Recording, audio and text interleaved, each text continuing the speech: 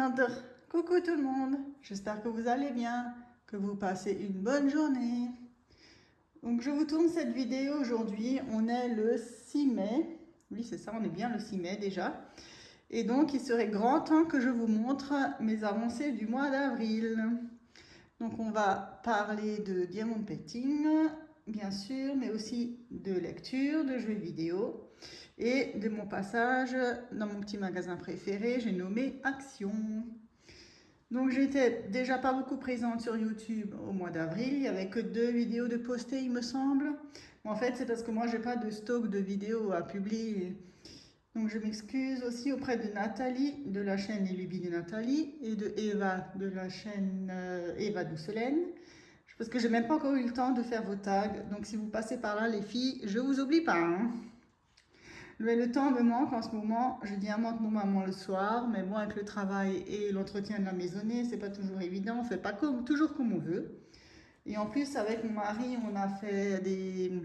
on a posé des dalles sur plot sur notre terrasse. Donc ça c'était un sacré morceau aussi. On n'a pas encore fini, on a posé le plus gros, donc les dalles entières. Mais maintenant on a encore toutes les découpes de bordure à faire et ça va aussi prendre un peu de temps. Donc voilà. Alors, on va maintenant passer enfin aux choses sérieuses. Donc, en termes de diamond painting, qu'est-ce que j'ai fait?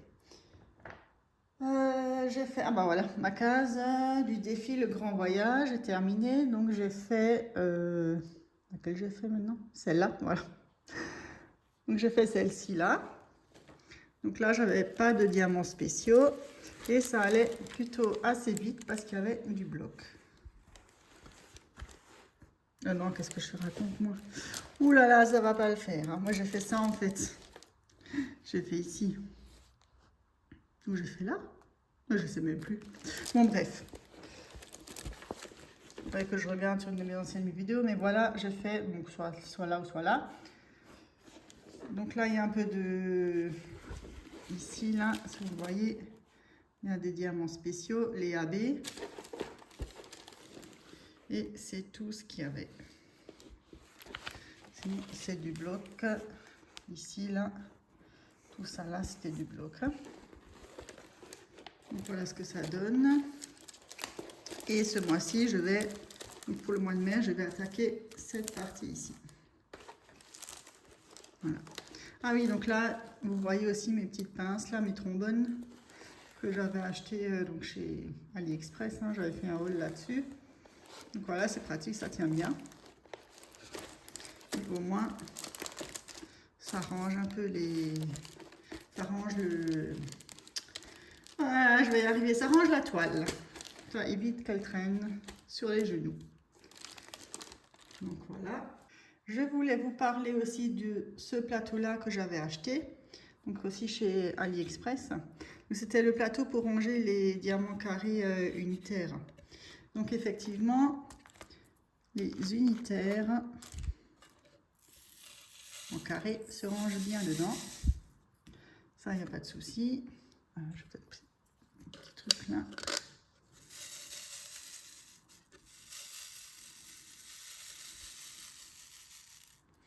Voilà, vous voyez, il se range bien. Nickel. Par contre, si vous travaillez avec la pince, donc là, il n'y a pas de souci. Là, on les prend bien. Par contre, les unitaires, là, ils sont un peu plus délicats à prendre parce que, justement, il y a ce rebord-là qui permet de séparer les diamants. Hein. Donc là, moi, j'ai du mal avec la pince. Donc, ce que je fais, c'est que moi, j'ai mon petit stylet, mon aspirateur stylet, je crois qu'on appelle ça électrique, là, celui-là, là, de Picmondo. Donc, moi, j'utilise ça avec ça. Et après, j'utilise la pince pour prendre celui-là. Et ce que j'ai remarqué, donc je vais vite le ranger. Ça, je vais l'enlever.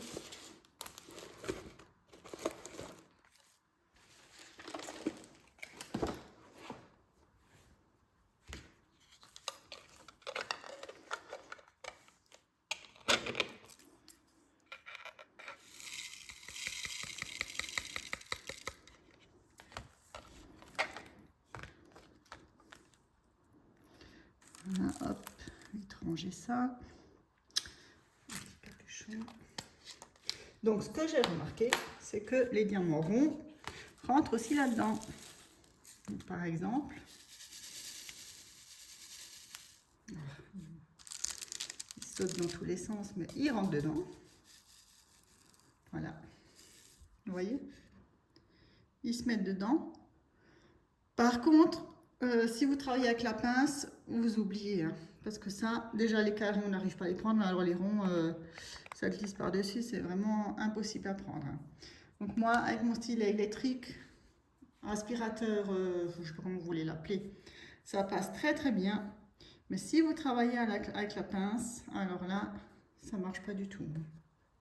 Donc voilà, ça c'était un petit test avec ce plateau. Évidemment, il y en a qui sautent partout, malgré la protection là, il y en a qui vont un peu partout. Voilà. Hop, je vais ranger ça après. Et en deuxième toile que j'ai aussi fait, c'est ce fameux roi lion là de chez Action. Alors celui-là, c'est comment vous expliquer? Je galère un truc de ouf avec cette toile. Franchement, j'ai jamais eu un truc comme ça. Donc là, par exemple, on voit pas bien les symboles. Là, j'essaie de vous approcher, mais sans le plastique, ça va peut-être mieux. J'ai un peu commencé ici, là. Hein. Là je vais un peu continuer, voilà. Et là, je sais pas si vous allez le voir. Bon, là, ça c'est les mêmes. Et de temps en temps, on a des A et des L. Et en fait, la lettre, c'est des W. Hein. Voilà.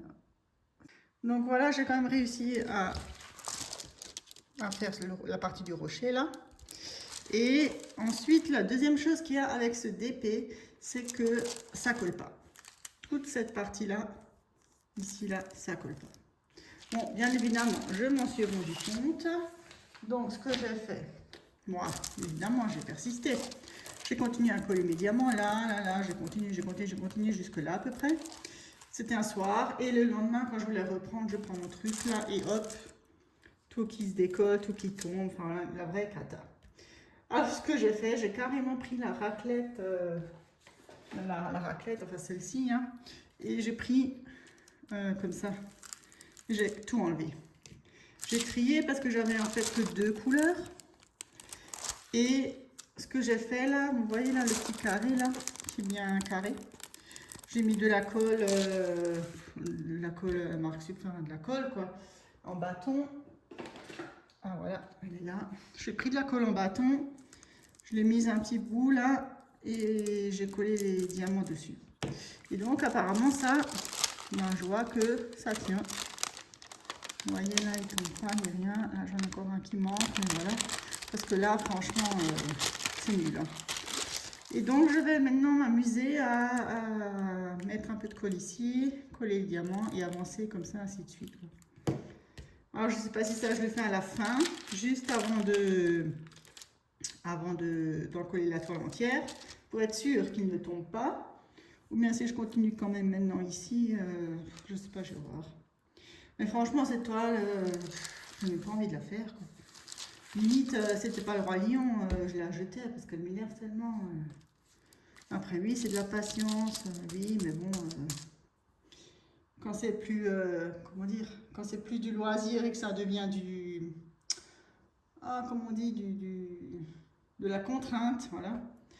Là, c'est pas la peine. Hein. Mais bon, on va quand même essayer. Je persiste quand même. Je vais essayer de continuer là, je pense. Je vais faire au moins là. Et puis après, continuer comme ça. Et puis, ouais, je pense que ça, je le ferai à la fin. Donc voilà, en termes de DP, c'est tout ce que j'ai fait. Hein, parce que l'autre, la pomme, là, ça m'a pris au moins 15 jours, je pense, à peu près. Et puis celui-là, ben, je me suis énervée dessus les 15 autres jours du mois. Donc voilà, ça c'était petites avancées d'épée. Donc ensuite, je voulais vous montrer ce que j'ai acheté chez Action. Donc à la base, je suis allée chez Action pour acheter un DP Les Hortensias que Nathalie avait présenté sur sa chaîne. Sauf que, évidemment, ils n'avaient pas ce diamant plating, mais ils avaient cette tablette lumineuse qui est au format A4. Donc je voulais juste vite fait vous la montrer parce que moi, j'utilise ça actuellement en tablette. Donc ça, en fait, c'est un format A5. J'avais acheté ça chez Shine, Ali, enfin je ne sais plus où, peu importe. Et je branchais ça, enfin là, pour utiliser la tablette, je devais toujours la brancher. Donc j'avais une batterie externe que je branchais, je sais pas, là-haut, et puis j'utilisais ça. Donc là, il y a aussi mon petit couvercle de protection là, donc ça marche super bien. On allume, on ferme, et puis au moins elle s'éteint plus toute seule. Et donc j'ai vu cette tablette au format A4 et je me dis tiens, pourquoi pas l'acheter, parce que le A4 finalement c'est quand même plus pratique, étant donné que moi avec mon petit A5, moi, je me balade quand même toujours, pas souvent, sur la toile. Et donc voici cette tablette. Donc celle-là, donc ma A5. Je sais pas si vous allez le voir, mais non, on le voit pas. Il y a des... Comment je pourrais... Ah si, là, vous le voyez. Vous voyez, il y a comme des petits points. Et en fait, c'est ces points qui s'allument et qui font la lumière. Et sur celle-ci, il n'y a pas ces points. C'est tout lisse. Voilà, et donc tout s'allumera. Donc ça, il y a déjà une petite différence. Après, le format, bah oui, c'est du A4. Hein, comparé à le A5, c'est le double du A5. Donc voilà. Et on l'allume ici, on la branche ici avec un câble USB-C et elle est livrée donc avec le câble et puis le petit chargeur secteur. Sauf que moi j'ai vu que c'est écrit qu'on ne peut pas utiliser, donc ça c'est le mot d'emploi, hein, on ne peut pas utiliser la tablette pendant qu'elle est en charge. Et c'est 2 heures maximum d'utilisation sans le câble.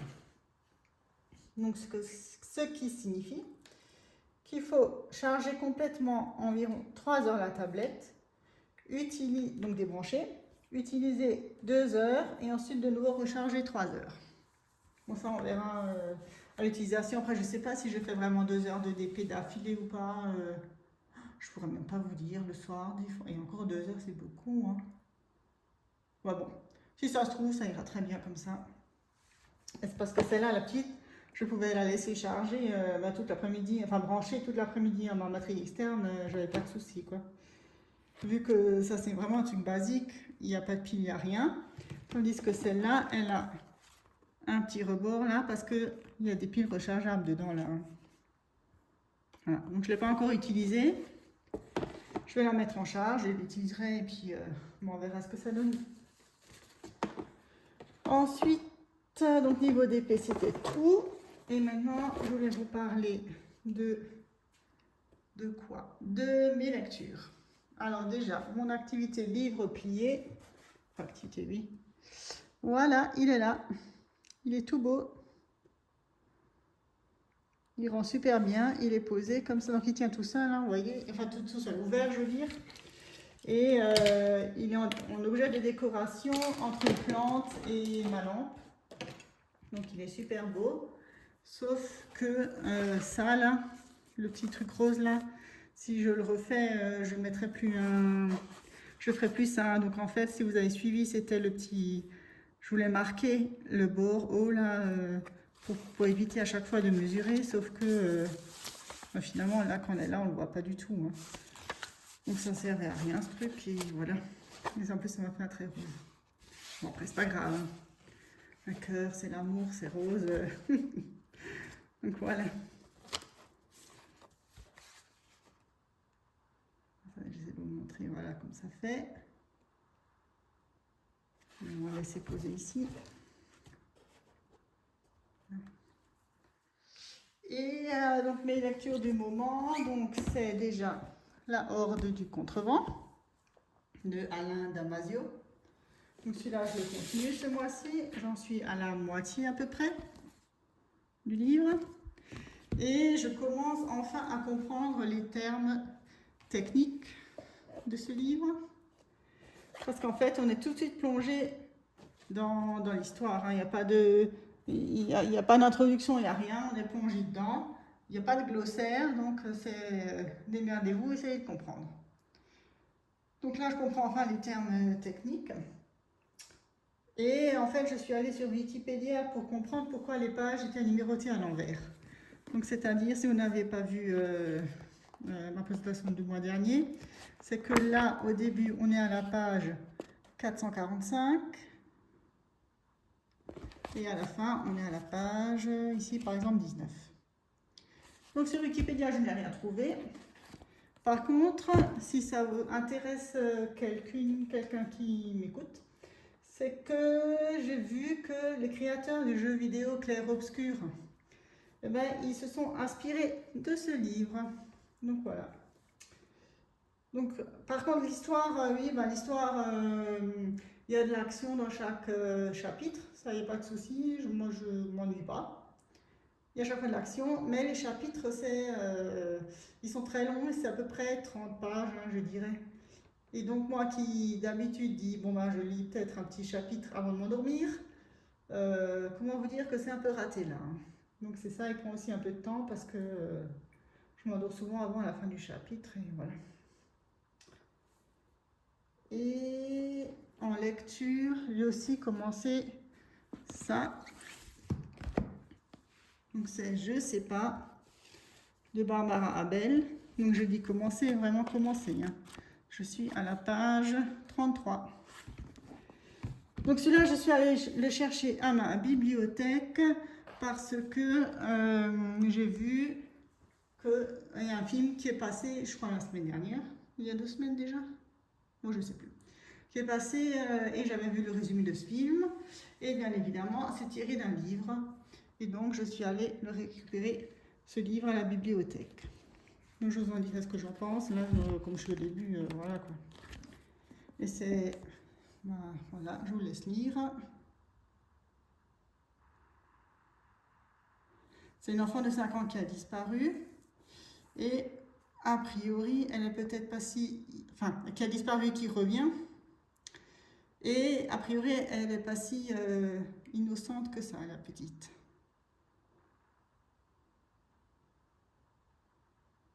Voilà, comme ça, vous pouvez le lire. Le petit résumé. Voilà, donc ça écrit, c'est facile à lire. Hein. Donc c'est très bien. Donc j'aime bien moi lire 2, même jusqu'à 3 livres en même temps. Mais enfin, surtout juste pas que ce soit par exemple de thrillers, de policiers ou des choses qui se ressemblent. Par contre, ça c'est science-fiction. Et ça c'est plutôt thriller, donc ça c'est très bien.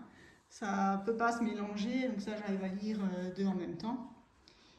Et des fois je prends aussi, on appelle ça les petits romans à l'eau de rose, comme on les appelle. J'aime bien aussi de temps en temps leur lire un petit truc comme ça. Pour changer les idées, pour pas réfléchir, voilà.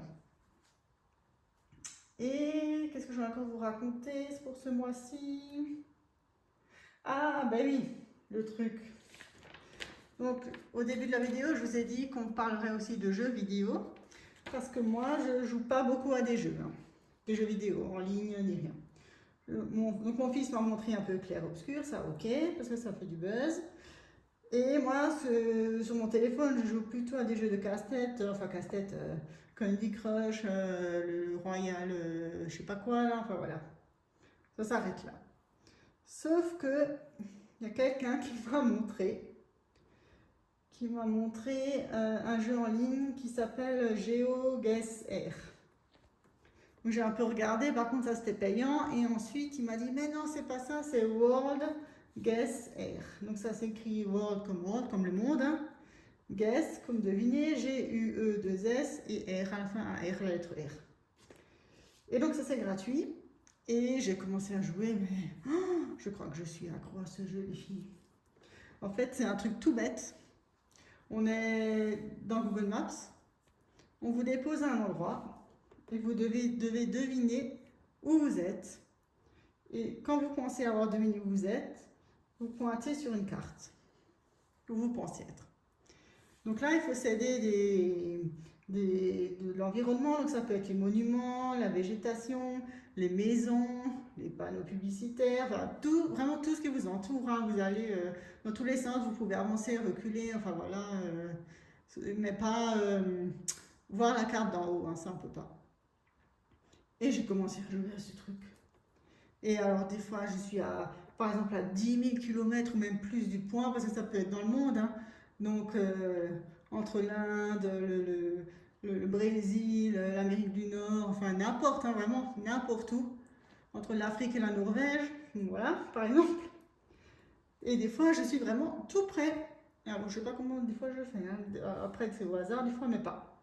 Bref, en tout cas, j'ai commencé à jouer à ce truc. Et moi, qu'est-ce que je fais? Je me voyais déjà championne de France et tout. Et oh, puis j'ai dit, ah ouais, c'est super, je vais pouvoir m'éclater à ce jeu, je vais gagner, enfin voilà. Et j'ai commencé à regarder des youtubeurs qui expliquent comment savoir dans quel pays on est le plus rapidement possible. Pas c'est en compétition. Je ne sais plus si on a 3 minutes ou quoi, mais au début, si les deux sont du même niveau, ça va, on a le temps de regarder. Mais dès qu'un des deux joueurs pointe, enfin met son épingle sur la carte, l'autre, il a plus que 30 secondes, je crois, il me semble, hein, 30 secondes pour se décider, pour pointer aussi à son tour. Parce que s'il pointe, et donc voilà. Donc là, c'est aussi un peu de stress. Et ensuite, il montre là où il y a le point. Et celui-là qui est le plus éloigné, il perd des points. Donc au début, on part avec, je ne sais même plus, admettons 10 000 points. Et plus on perd, plus on est éloigné, plus on perd de points. Évidemment, à la fin, le premier qui arrive à 0, bah, il a perdu. Alors je dis, tiens, je vais regarder des vidéos de youtubeurs pour voir comment ils font, pour aller plus vite. Moi, je regardais la végétation et puis les maisons aussi. Les maisons, c'est pas mal. C'est ça, avec les toits et tout, les couleurs des maisons, des fois, ça peut donner des indications. Bref, je regarde des youtubeurs, mais ils sont fous, ces youtubeurs. Ils apprennent par cœur les indicatifs téléphoniques et tout, parce que sur les panneaux publicitaires, on a des téléphones. Et avec ça, des fois, ils peuvent dire, ah ouais, on est en Inde, on est en Amérique, on est je sais pas où, là. Et après, ils apprennent aussi les types de bollards. Alors, les bollards, je ne savais même pas ce que c'était un bollard. Et en fait, si vous êtes sur une route, bah, forcément, vous croisez un bollard. Et c'est les poteaux qui sont au bord des routes. Par exemple, à l'approche d'un passage à niveau, il y a un poteau blanc avec un seul trait. Et après, plus loin, un poteau avec 2 traits. Et quand on arrive au passage à niveau, il y a un poteau avec 3 traits. Donc ça, c'est des bollards.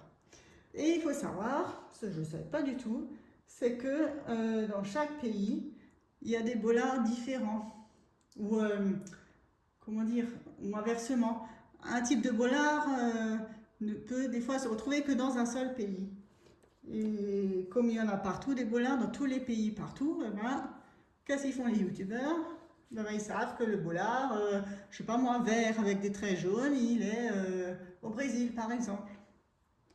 Ou bien, c'est pareil avec les poteaux électriques. Il y a différentes sortes de poteaux électriques. Ça, je ne savais même pas que, par exemple, c'était où en Afrique, ou je ne sais plus où, les poteaux électriques, c'est pas la tête des poteaux électriques au-dessus, c'est pas la même chose que chez nous. Donc voilà. Alors quand j'ai vu tout ça, je me suis dit, bon ben laisse tomber, je ne serai jamais championne de France ni rien. Moi je vais rester avec mon petit truc, bien sagement. Je m'éclaterai comme ça en, comment on dit, pas en professionnel, mais en amateur, voilà, et ça ira très bien. Donc voilà, ma petite histoire du jeu vidéo. On arrive à la fin de cette petite vidéo. J'espère qu'elle vous aura plu. Surtout, n'hésitez pas à me mettre des commentaires. N'hésitez pas à liker et vous abonner aussi. Et moi, je vous souhaite encore une très belle journée. Et puis, je vous dis à bientôt.